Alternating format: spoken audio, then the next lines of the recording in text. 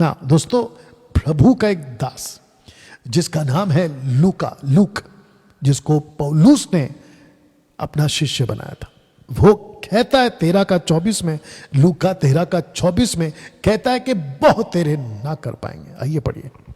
उसने उनसे कहा, सके द्वार से प्रवेश करने का यत्न करो, क्योंकि मैं तुमसे सच कहता हूं कि बहुत तेरे प्रवेश करना चाहेंगे और ना कर सकेंगे। ओके, क्योंकि मैं तुमसे कहता हूं बहुत तेरे प्रवेश करना चाहेंगे, और ब्रैकेट में मैंने लिखा है, पढ़ो उसको, और ना कर सकेंगे, या ना कर सकेंगे। आपको पता है क्यों प्रभु ने कहा लूका लिखो तुम इस बात को? क्योंकि लूका को ये बात पता चली, वहां एक व्यक्ति था जो प्रभु यीशु के पीछे पीछे जा रहा था। आप इसी का अगर आप पढ़ोगे ना, 23-22 से पढ़ोगे ना, तो आपको पता चलेगा कि प्रभु यीशु शिक्षा दे रहे थे, डिडास्का और डिडास्को शिक्षा दे रहे थे। शिक्षा को सुनकर उसके मन में प्रश्न उठा कि सबके बस की बात नहीं है। दोस्तों, आज मुझे भी यह बात बोलने दीजिए, मसीह लाखों करोड़ों लोग बन रहे आज वर्ल्ड का।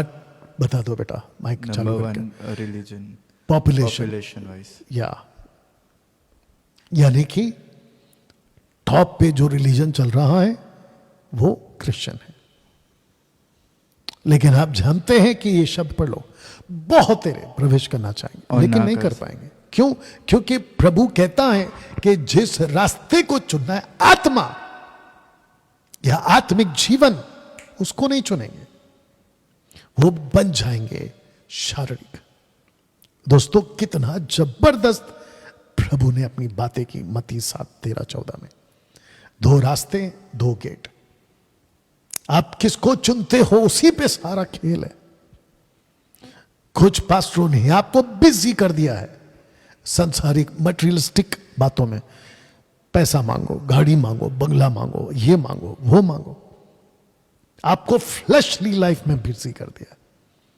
और इसमें सबसे ज्यादा गंदा काम जो कर रहे हैं वो कर रहे हैं मेगा चर्च वाले। आपको टोटल संसारिक और शारीरिक बना रहे हैं। ओपन बात कर रहा हूं, डंके की चोट पे बोल रहा हूं। तो सबसे पहली बात, मेगा चर्च में जाना बंद करो, वो चाहे किसी का भी हो। जिब्रिश वाले को तो एक लाइन में बंद करो, पहली बात, मतलब पहले ही स्टेप पे उसको बंद करो। नो इफ नो बट, सीधा बंद करो। ये आपको सीधा नर्क पहुंचाएंगे। खुद तो जाएंगे, आपको भी ले जाएंगे। हाँ, पौलुस ने, माफ करना, लूका ने क्यों कहा, उसका एक जबरदस्त कनेक्शन आपको देने जा रहा हूं दोस्तों, और वजह है करप्टेड बॉडी। अब आपके बीच मेरे मैसेज के, टीचिंग के उस मुख्य भाग में आ गया हूं। क्या चाहिए? मुख्य भाग में आ गया हूं जहां आपको ज्यादा फोकस करना है। आपको ज्यादा फोकस करना है, ठीक है ना बेटा? उसका टाइम बताओ मेरे को, कितना हो गया अभी तक? 34। ओके, तो वापस कहता हूं कि माफ करना, लूका ने क्यों कहा बहुत तेरे प्रवेश करना चाहेंगे और ना कर सकेंगे? उसकी वजह है करप्टेड बॉडी। आपको अभी से बता दे रहा हूं, ये वो शरीर है आपका और मेरा जो आत्मा से लड़ता है। ये बॉडी आपकी आत्मा से लड़ता है नॉन स्टॉप एंड 24/7। आप जो चाहते हैं, पौलुस कहता रखूंगा, वो नहीं कर पाते, और जो नहीं चाहते वही आपसे हो रहा है। आइए पढ़ते हैं दोस्तों, गलातियोस का 6:3। क्योंकि मनुष्य भी शरीरी है। हाँ दोस्तों, मैं चाहता हूं कि मैंने भी को आपके लिए ना ब्रैकेट किया हुआ है, भी, उसको मैंने ब्रैकेट किया है। उत्पत्ति 6:3 अगर कोई पास्टर मुझे सुन रहा है, बाइबल टीचर सुन रहा है, तो मैं आपसे भी पूछना चाहूंगा, आपने कभी इस लाइन को पढ़ते पढ़ते भी पे फोकस किया था? भी, ओके? तो इस स्क्रिप्चर के लाइन को मैं हिब्रू में पढ़ चुका हूं ऑनलाइन, यानी कि जो ओरिजिनल मैन्युस्क्रिप्ट हमारे पास में उपलब्ध है, ठीक है ना? साथ ही साथ इसका इंग्लिश वर्जन यानी कि किंग जेम्स बाइबल, क्या कहती है उसको भी आपके बीच में रखा हूं। यस बेटा। My spirit shall not always strive with men, for that he also. And the Lord says, ऊपर से And the पढ़ना। Lord said, My spirit shall not always strive with men, for that he also is flesh. Also लिखा है for that he also. ये जो शब्द है ना ऑल्सो, ये जो शब्द है ना भी, तो इसका मतलब ये हुआ कि जब मैंने आपसे ये कहा कि लूक कहता है कि बहुतेरे प्रवेश ना कर सकेंगे, क्योंकि प्रभु यीशु कहता है कि बहुत से करना तो चाहेंगे, उनका शरीर उनके लिए रुकावट बन जाएगा। दोस्तों बहुत गंभीर विषय पे बात करने जा रहा हूं। मसीह बनने के बाद आपका फ्लैश आपका आत्मा का दुश्मन बन जाता है।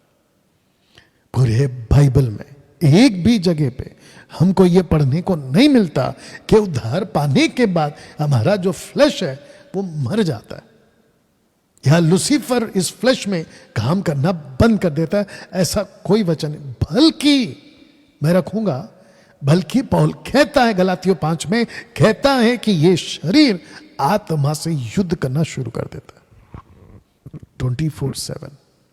तब जाकर ये कॉन्सेप्ट आपके बीच में रख रहा हूं कि जब नूह के दिनों में, हालांकि ये गतिविधि इनोक के वक्त में ही स्टार्ट हो गया था, इनोक, ठीक है ना, और नूह के आते आते पृथ्वी इतनी गंदी हो चुकी थी, इतनी भ्रष्ट हो चुकी थी, इतनी पापी हो चुकी थी कि परमेश्वर को यह बोलना पड़ गया कि मनुष्य भी, देखिए आप भी शब्द कब डालते हैं, आप ऑल्सो कब डालते हैं, क्योंकि वहां पहले से एक व्यक्ति है, उसके अलावा कोई और भी है, तब जाकर आप भी और ऑल्सो डालते हैं। तो फिर मेरा प्रश्न और हम सब का प्रश्न उठेगा कि प्रभु एक मनुष्य का शरीर है तो दूसरा शरीर किसका है? क्योंकि मनुष्य भी शरीर है। तो आदम से लेके नूह तक जो एक जनरेशन चल रहा था मनुष्यों का, परमेश्वर ऐसा क्यों कह बैठा कि आदम से नूह तक का जो मनुष्य का जनरेशन है उसके अलावा एक और भी मनुष्य है और उसका शरीर है ना। दोस्तों 6 का 4 को पढ़ते हैं क्योंकि कॉन्टेक्स्ट को पढ़ने से हमको जवाब मिल जाता है। पढ़िए। उन दिनों में पृथ्वी पर दानव यानी मानव शरीर रहते थे।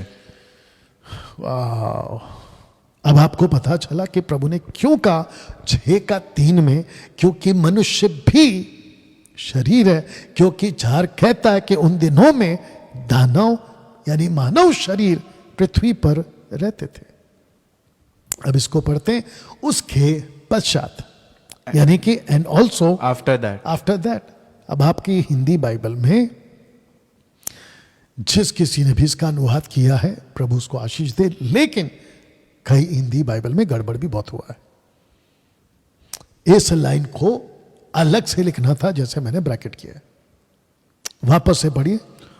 उन दिनों में पृथ्वी पर नीचे और उसके पश्चात, और उसके पश्चात, यानी कि ऊपर का जो पार्ट है वो अलग है और जो नीचे का पार्ट है वो अलग है, और जो नीचे का पार्ट है कि उसके पश्चात, ऊपर तो दानव है ही, लेकिन नीचे कहता है कि जब परमेश्वर के पुत्र मनुष्य की पुत्रियों के पास गए तब उनके द्वारा जो संतान उत्पन्न हुए वे पुत्र शूरवीर यानी दानव होते थे। ओके, तो ऊपर भी दानव नीचे भी दानव, नूह के वक्त भी दानव और नूह के फ्लड के बाद भी दानव। तो ये जो सी बॉडी ब्रैकेट में रखा है इसको कहते हैं करप्टेड बॉडी। वापस पढ़ते हैं कि जब परमेश्वर के पुत्र मनुष्यों के पुत्रियों के पास गए तब उनके द्वारा जो संतान यानी करप्टेड बॉडी उत्पन्न हुए वे पुत्र शूरवीर यानी दानव होते थे। बताइए, ये जो बीच का पार्ट है ना ये अभी भी चल रहा है। ये आपको याद दिलाता हूं अगर आपको पता होगा जोशुआ प्रतिज्ञा के देश में पहुंचा, ये दानव वहां पे भी थे, और जो जासूस वहां गए थे, स्क्रिप्चर रखूंगा, वो कहते हैं कि वहां के लोग इतने बड़े बड़े हैं कि हम उनकी नजर में चींटी जैसे दिखते हैं। बताइए। और फिर पौलुस भी इस बात को जिक्र करता है कि जो फ्लैश है ये हमको मसीह के रास्ते में चलने नहीं देगा। आज इतने बड़े बड़े दानव टाइप ह्यूमंस तो नहीं है, लेकिन वो कद में यानी कि फिजिकली दिखने में, इन अपीरियंस में इतने हाइटेड नहीं है, लेकिन एक्टिविटीज में हाइट ज्यादा बढ़ा ली, गतिविधि ना। दोस्तों इसको पढ़ते 6:6। और यहोवा पृथ्वी पर मनुष्य यानी कौन सा मनुष्य, फिर प्रश्न उठेगा, यानी कि जस्ट अ बॉडी। पढ़िए। को बनाने से पछताया और वह मन में अति खेदित हुआ। ओके, अब हमने इसको हिब्रू में चेक किया तो परमेश्वर क्या कहता है मैं रखूंगा, लेकिन पहले इसको समझा देता कि यहोवा पृथ्वी पर मनुष्य यानी कि बॉडी बनाने से पछता है। दोस्तों थोड़ा पीछे जाऊंगा। परमेश्वर के पुत्र, परमेश्वर के पुत्र, ये पैसिफिक। परमेश्वर कहता है कि मेरे कुछ पुत्र थे जिसको हम स्वर्गदूत बोलेंगे, उनको परमेश्वर ने नीचे भेजा according to the book of Enoch 200 angels. 200 रखूंगा मैं, ठीक है ना। वो नीचे आते हैं मध्य आकाश में और इनका काम था टू प्रोटेक्ट द अर्थ, धरती को प्रोटेक्ट करने के लिए। धरती को किससे प्रोटेक्ट करने के लिए? हेजेकेल की किताब उसका 28, यशायाह की किताब उसका 14 के हिसाब से लूसीफर और उसके साथ 1/3 यानी 1/3 एंजल्स ऑलरेडी नीचे अपनी गंदगी यानी कि पाप को लाने में, मानव जाति को भटकाने में लगे पड़े थे। परमेश्वर ने अपने 200 एंजल्स को भेजा, जिसको मूसा कहता है कि ये परमेश्वर के पुत्र हैं, और इनॉक पैसिफिक कहता है these are angels of the Lord, यानी कि प्लूरल फॉर्म में एंजल्स रखूंगा मैं, ठीक है ना। तो प्रश्न उठता है कि मध्य आकाश में रहते रहते इन स्वर्गदूतों ने क्या किया? ये नीचे आए, इन्होंने मानव जाति का बॉडी में अपने आप को बदला, और जो इनका खुद का बॉडी था जिसको कहते स्वर्गीय स्थानों में, या इनका जो स्वर्गीय दे दी गई थी परमेश्वर के हिसाब से, उसको इन्होंने कन्वर्ट किया, खुद को बदला। रखूंगा सब कुछ।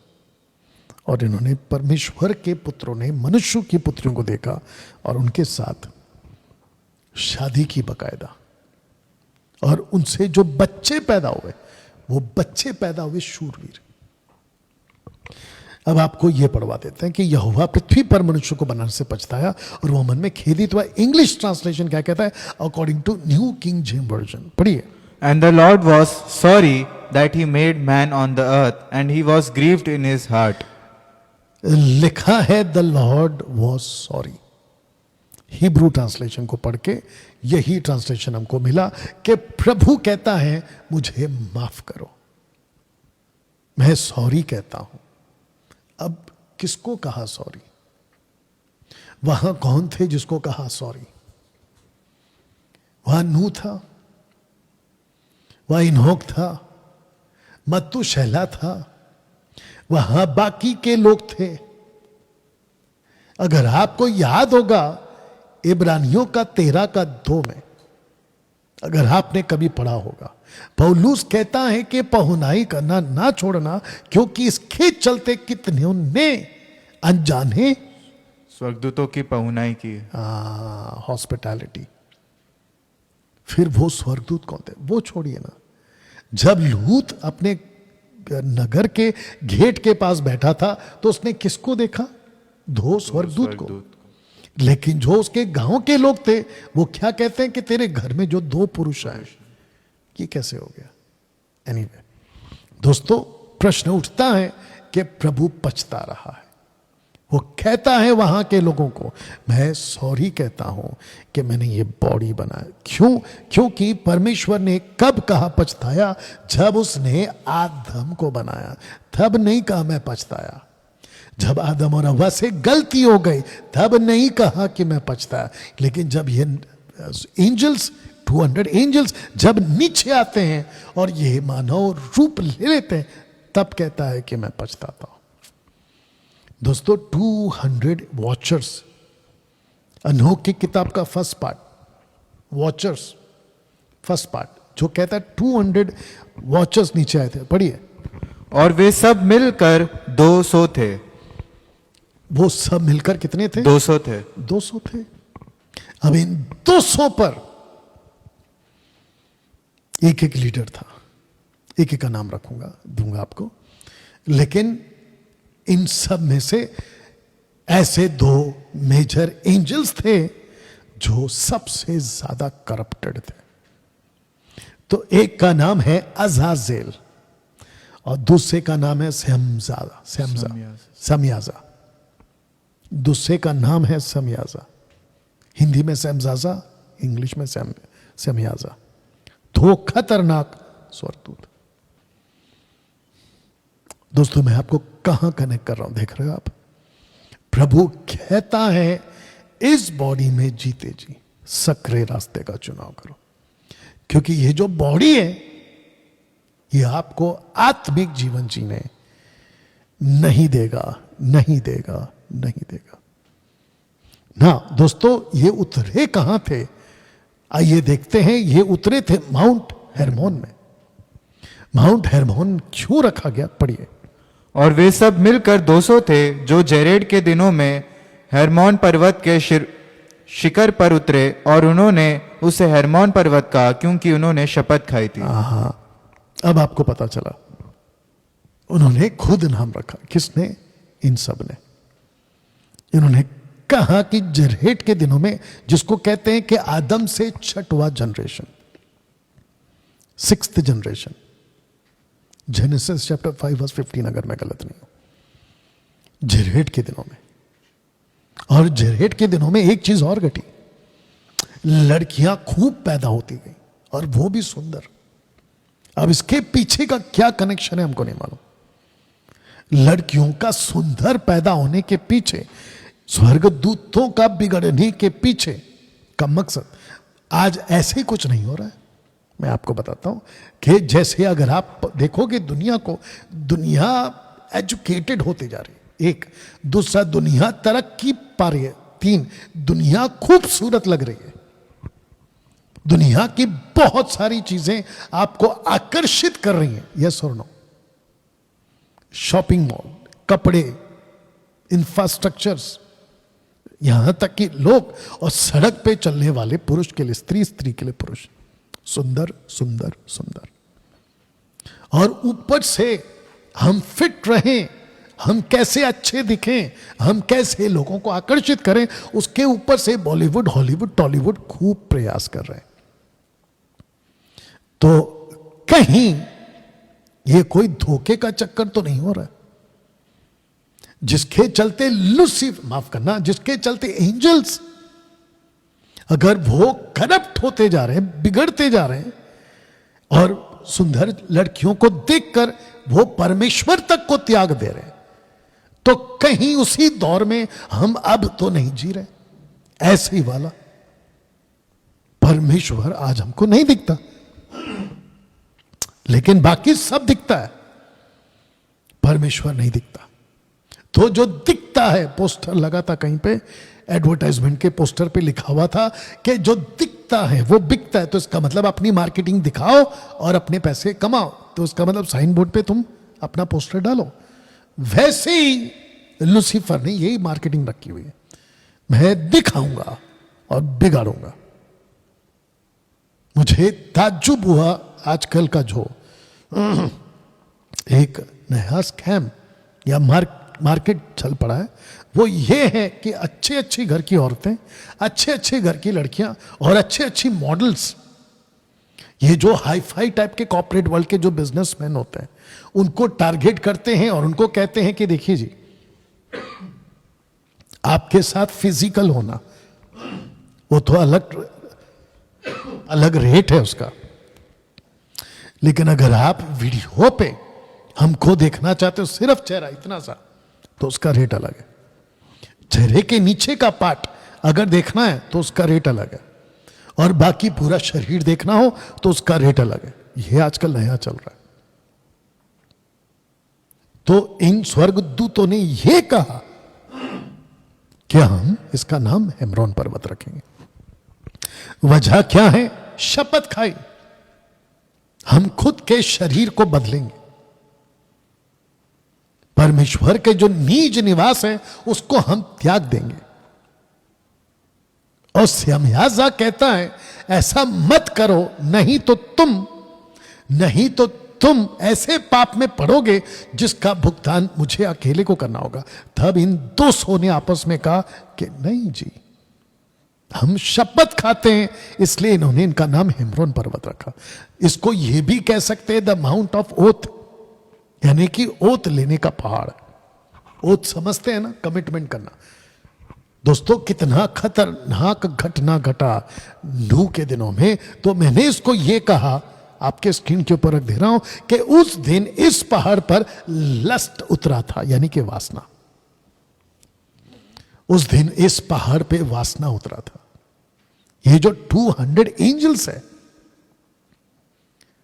उन्होंने उस दिन मानव जाति की जितनी खूबसूरत लड़कियां हैं उनके साथ में मिंगल होकर, मिक्सअप होकर उनको सिखाया कि वासना करते कैसे हैं, यानी कि लस्ट करते कैसे हैं, शारीरिक संबंध में पढ़ते कैसे, और किसी भी लेवल तक जाने की बात उस दिन की थी। तब जाकर ये पोस्टर आपके बीच में 2 दिन से डाल रहा हूं कि आज पूरी दुनिया वासना का शिकार है, पूरी दुनिया वासना का शिकार है।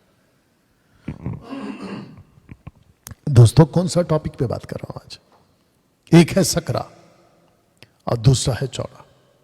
अब बताइए प्रभु यीशु ने क्यों कहा था कि उधर पाते ही आपको वो गेट का चुनाव करना जिसको कहते हैं द नैरो गेट। लूसीफर कहता है जैसे ही तुम्हारा जन्म होगा, हिंदू मुस्लिम सिख ईसाई क्रिश्चियन यहूदी आप जो भी हैं, आपको मैं अपने गेट में लेकर आऊंगा। कौन सा गेट? वाइड गेट, यानी कि चौड़ा रास्ता, चौड़ा मार्ग। कितना डेंजर है। हम कैसे भूल गए इस बात को? हमने क्यों मसीह बनने के बाद मत्ती 7:13-14 पे फोकस क्यों नहीं किया? आज करने का दौर है, आज करने का वक्त है, आज इसके ऊपर मेडिटेट करने का वक्त है। इसलिए मैंने शुरू में कहा था मसीह मंथन बैठक का एक एक सदस्य ये वीडियो कम से कम 2 बार तो देखेगा। 10 बार देख लो बात अलग है, लेकिन एक बार से तो नहीं काम चलेगा। रिपीटेड देख लेना। यहां तक ठीक है? टाइम बताओ कितना हो गया? 53। ओके ना, जैसे मैंने कहा आज पूरी दुनिया वासना का शिकार है। दोस्तों आपको बताता हूं कि कैसे। अंकित सेजवान की एक वीडियो मेरे हाथ लगी थी, छोटी सी वॉइस क्लिप, रील मिली थी मेरे हाथ में, किसी ने भेजा था। उस रील में वो महाशय कहता है कि जो कोविड आया था वो प्रभु की तरफ से है, और जिस व्यक्ति की बात वो कर रहा था वो मैं हूं इनडायरेक्टली, नॉट डायरेक्टली, इनडायरेक्टली, कि किसी ने कहा। तो डंके की चोट पे वापस कह रहा हूं, अंकित सेजवान या उसके जैसे जितने सब सुन ले, मैं वापस कह रहा हूं, यस प्रभु की ओर से आया था, मैं कह रहा हूं। और उसके बाद जो उसने स्टेटमेंट दिया कि वैक्सीन क्यों लगा लिया, वैक्सीन क्यों लगा लिया, प्रसाद की तरह, प्रसाद वर्ड यूज किया है, बताओ। इसका उल्टा करने जा रहा हूं। अगर लूसीफर की तरफ से था तो लूसीफर का वैक्सीन तुमने प्रसाद के रूप में कैसे ले लिया? तो बोलने से पहले सोचा करो कि क्या बोल रहे हो। एनीवे दोस्तों, कहां कहां गंदगी फैली है। अगर उस दिन सदोम गमोरा, अगर प्रभु ने पूरे विश्व को हिलाकर नहीं रखा होता तो पूरी दुनिया सदोम और गमोरा बनती। ऐसे ही 5 साल पहले अगर कोविड का झटका प्रभु ने नहीं दिया होता तो सोच के देखो पूरी की पूरी दुनिया कहां चली जाती। You understand? या मुझे अफसोस है ऐसे प्रचारकों पर और ऐसे मेगा पास्टरों के ऊपर जो जिब्रिश का शिकार होकर अनाप शनाप बकते रहते हैं। अगर लूसीफर की ओर से था तो तुम्हारी जिब्रिश की प्रार्थना ने रोक क्यों नहीं दिया उसकी हरकत को? तुम तो दावा करते हो ना हम तो सुपर नेचुरल प्रार्थना वाले लोग हैं। गजब है भाई। एनीवे, तो आज पूरी दुनिया वासना का शिकार, उसका प्रूफ दे रहा हूं, ये देख लीजिए।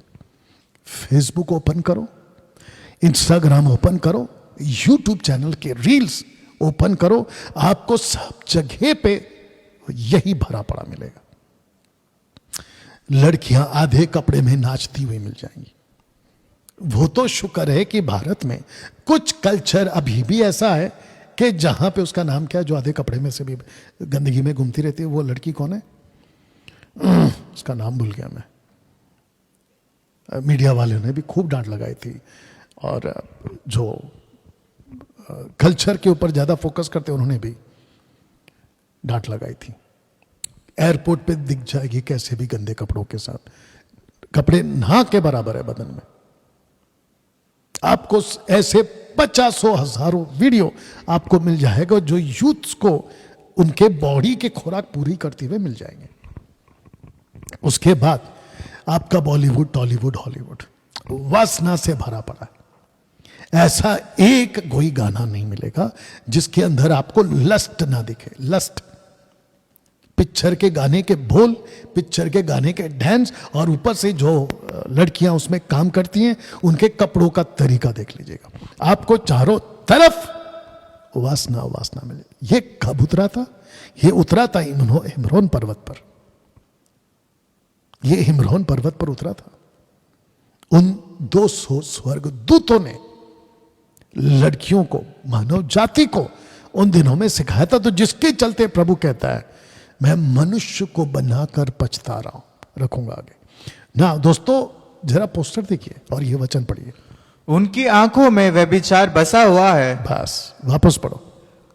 उनकी आंखों में व्यभिचार बसा हुआ है। ये जो कौमा है उसको नहीं खाने का। उनकी आंखों में, मैंने आंखें बनाई है देखो आपके लिए। यह लड़का देख रहे हैं आप किस प्रकार की हरकत है, और ऐसे आपको पूरी पृथ्वी पे मिल जाएगा। छोटा गांव हो, बड़ा गांव, शहर हो, नगर हो या टाउन हो, मेगा सिटीज हो, ऐसी हरकत वाले आपको कितने ही मिल जाएंगे। तब जाकर वचन कहता है उनकी आंखों में व्यभिचार बस पड़ा हुआ है, बसा हुआ। कंप्लीट करो। और वे पाप किए बिना रुक नहीं सकते। पाप किए बिना रुक नहीं सकते। उनको पाप करना ही है। अब बताइए ये व्यक्ति कौन सा लाइफ जी रहा है? फिजिकल, शारीरिक। अब आप बोलोगे डैनियल भाई जैसे ही पृथ्वी पर फ्लड आया था, पानी का बाढ़ आया था जिसको कहते फ्लड, तो सब तो मर गए थे। तो वो जनरेशन अभी कहां है? अच्छा, दूसरी चीज, माफ करना, नूह के 3 बच्चे थे, और जब टावर पे जब भाषा की गड़बड़ी आई तब पृथ्वी बटी। जरा फोकस करिए, पृथ्वी कब बटी? Before tower, after tower, question mark है। ठीक है ना? पढ़िए उसको।